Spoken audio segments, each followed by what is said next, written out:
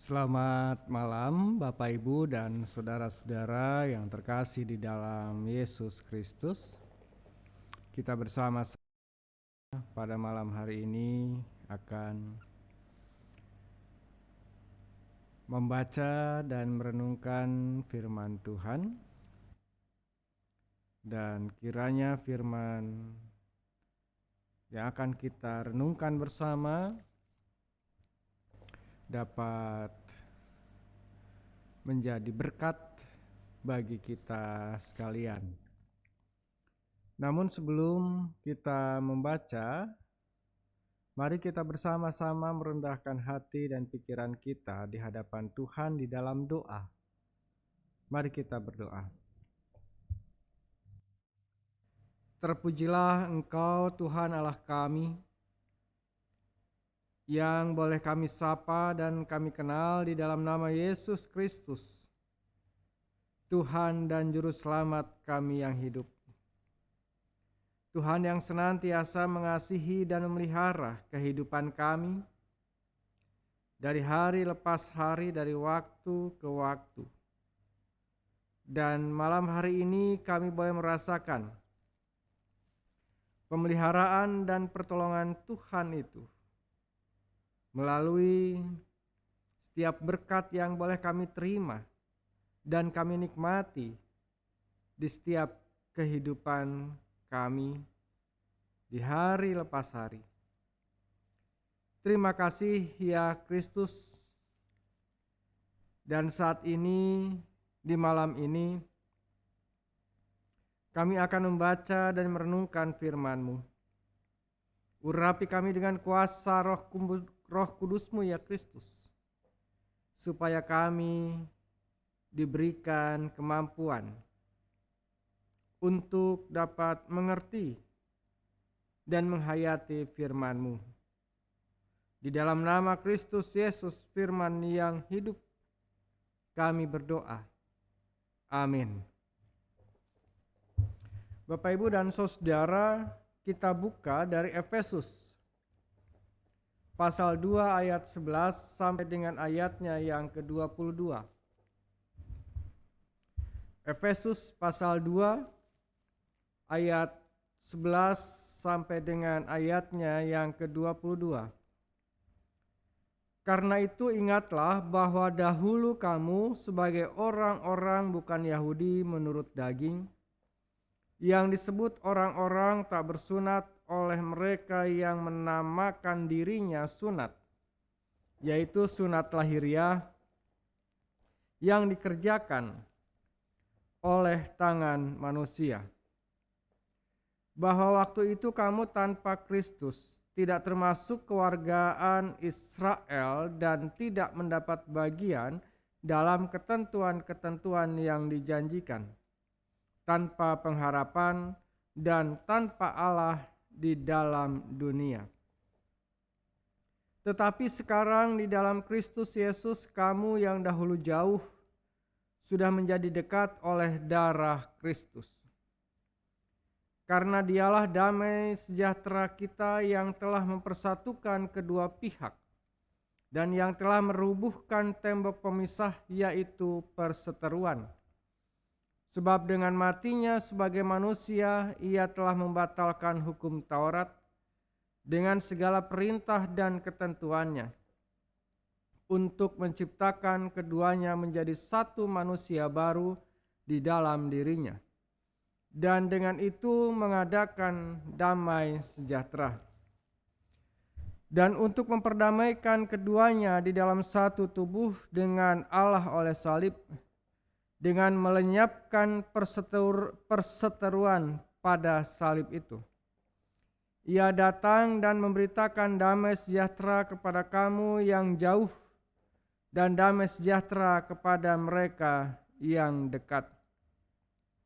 Karena oleh Dia kita kedua pihak dalam satu roh beroleh jalan masuk kepada Bapa.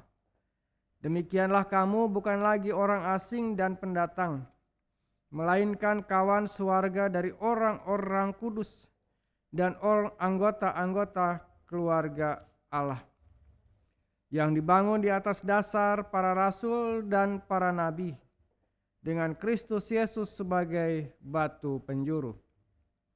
Di dalam Dia tumbuh seluruh bangunan rapih tersusun menjadi bait Allah yang kudus di dalam Tuhan.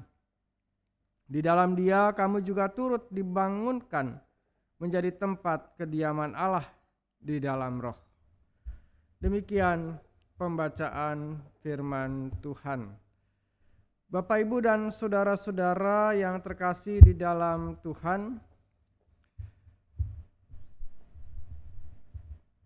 pada malam hari ini kita bersama-sama akan merenungkan satu tema bahwa tidak ada jarak di antara kita. Bapak, Ibu, dan saudara-saudara yang terkasih di dalam Tuhan, tidak ada jarak di antara kita. Artinya tidak ada yang memisahkan di antara kita. Tidak ada yang memisahkan antara satu dengan yang lainnya.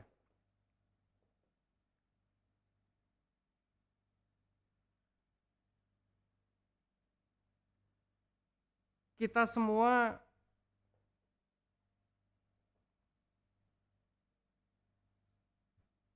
memiliki satu hubungan yang dekat,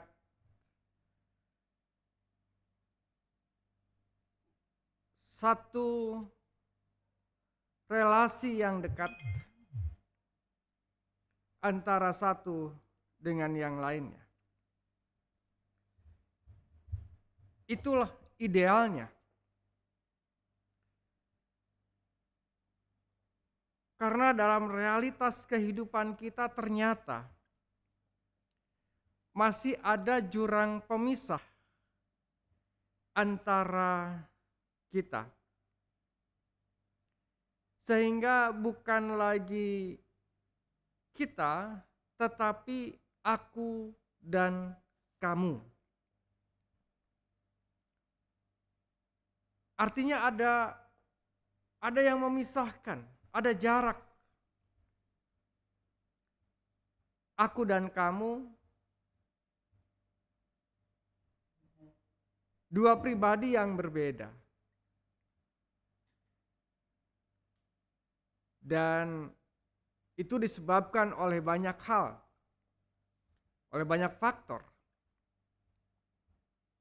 Misalnya karena perbedaan latar belakang. Ada pengelompokan berdasarkan kesamaan-kesamaan. Kesamaan suku, kesamaan hobi, dan banyak kesamaan-kesamaan yang lain.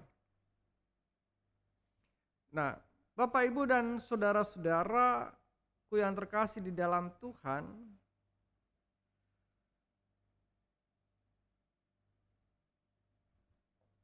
kesamaan-kesamaan dalam kelompok,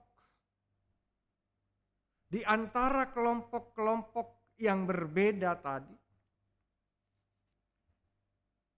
jika tidak dikelola dengan baik, maka akan terjadi apa yang tadi saya katakan, aku dan kamu. Ada sekat yang memisahkan.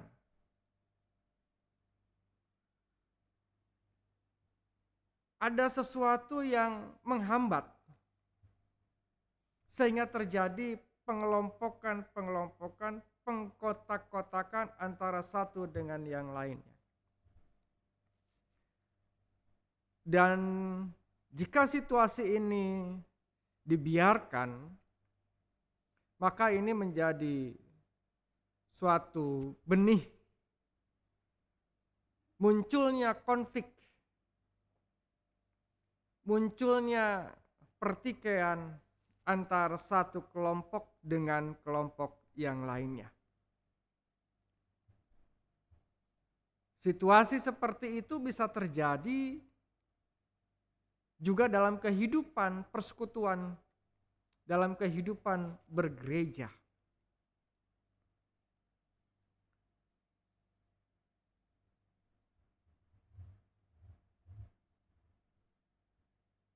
Pengelompokan itu bisa muncul dalam kehidupan berjemaat.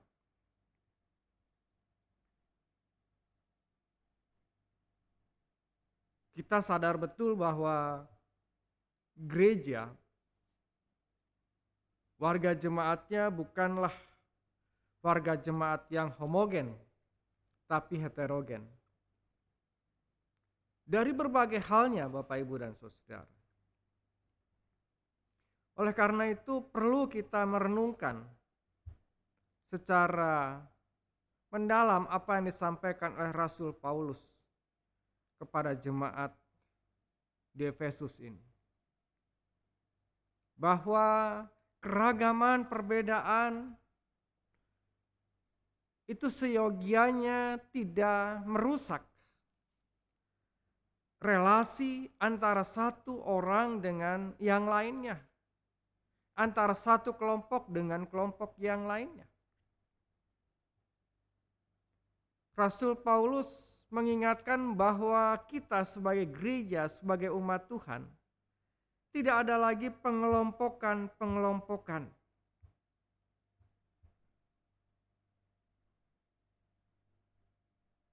Baik orang-orang non-Yahudi, orang Yahudi, orang bersunat atau orang tidak bersunat. Karena apa? Satu alasan yang disampaikan oleh Kristus, oleh Paulus. Alasan yang sangat prinsip, yang sangat mendasar bagi setiap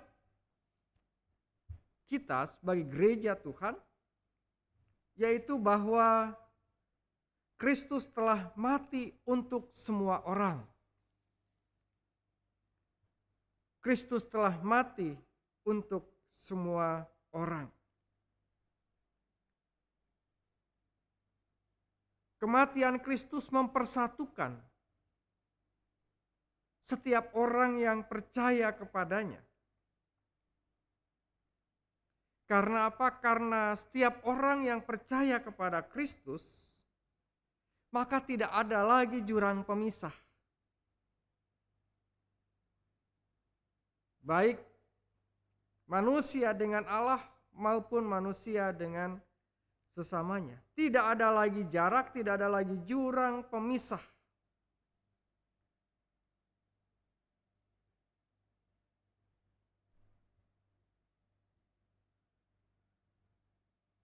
Kristus sudah menjadi jembatan penghubung antara manusia dengan Allah dan juga manusia dengan sesamanya. Oleh karena itu Bapak, Ibu, dan Saudara, apa yang disampaikan oleh Rasul Paulus kepada jemaat di Efesus ini menjadi sesuatu hal yang sangat penting bagi kita, kehidupan gereja Tuhan pada saat ini, untuk tetap menjaga kesatuan di dalam Tuhan. Bagaimana kita diajak untuk mengelola setiap perbedaan-perbedaan menjadi sebuah kekuatan untuk menghadirkan kasih Allah di tengah-tengah kehidupan kita. Terlebih di tengah-tengah situasi yang sulit pada saat ini. Mari kita bergandeng tangan satu dengan yang lain. Jangan lagi ada pengelompokan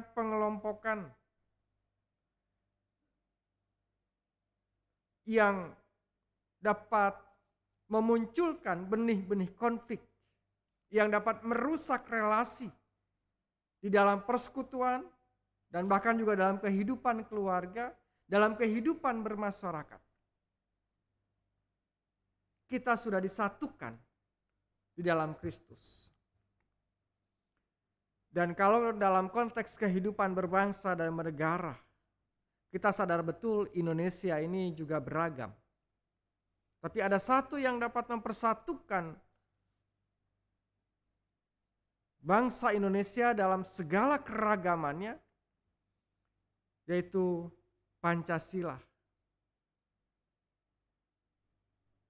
Kita Bhinneka Tunggal Ika, berbeda-beda tetapi satu. Karena itu mari kita bersama-sama sebagai bagian dari kehidupan berbangsa dan bernegara, gereja ikut ambil bagian. Menciptakan perdamaian, menciptakan ketentraman, dengan tetap menjaga dan menghargai setiap perbedaan-perbedaan yang ada. Untuk dapat menyelesaikan setiap persoalan-persoalan yang muncul, apalagi di tengah-tengah situasi pandemi pada saat ini. Paling tidak Bapak Ibu dan Saudara, hal yang sederhana yang bisa kita lakukan, menghargai setiap tindakan, setiap perbuatan, setiap karya yang dilakukan oleh sesama kita. Jauhkan dari pikiran kita untuk mencaci, untuk memaki sebagai satu bentuk yang menggambarkan bahwa kita tidak menghargai karya-karya mereka. Tapi kita sebagai gereja, sebagai umat Tuhan, sesederhana apapun yang dilakukan oleh sesama, oleh orang lain, dan bahkan oleh kita sendiri, sebagai bagian dari wujud bahwa kita ini adalah satu di dalam Tuhan, dan kita adalah satu di dalam negara Indonesia yang kita cintai ini. Sehingga keragaman yang ada menjadi sebuah kekuatan potensi untuk menyelesaikan setiap persoalan dan pergumulan yang kita hadapi. Bergandeng tangan satu dengan yang lain. Bersatu kita teguh, bercerai kita runtuh. Dan itu mari kita implementasikan, baik dalam kehidupan berjemaat, berkeluarga, dan juga dalam kehidupan bermasyarakat. Tidak ada jurang yang memisahkan di antara kita. Kita sama manusia yang diciptakan dengan begitu mulia di hadapan Tuhan kita. Amin. Mari kita bersama-sama bersatu di dalam doa. Bapa kami yang di sorga, terima kasih untuk anugerah Tuhan, firman-Mu yang mengingatkan kami, bagaimana kami dipersatukan oleh Tuhan, oleh karena kasih karunia Tuhan, sehingga kami, apapun latar belakang dan perbedaan kami satu di dalam Kristus Yesus. Tidak ada lagi pemisah, jarak yang memisahkan antara kami dengan Engkau ya Tuhan, dan bahkan juga dengan sesama kami.